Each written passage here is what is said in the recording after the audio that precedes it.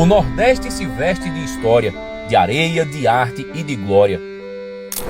Hoje o manto ganha uma nova pele, cor de areia, tom do sertão, detalhe dourado que reluz o sol e xilogravura que conta a paixão.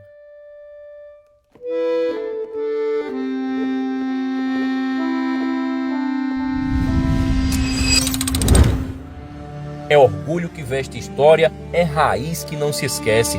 É o sangue vermelho que corre, é o Nordeste que resplandece.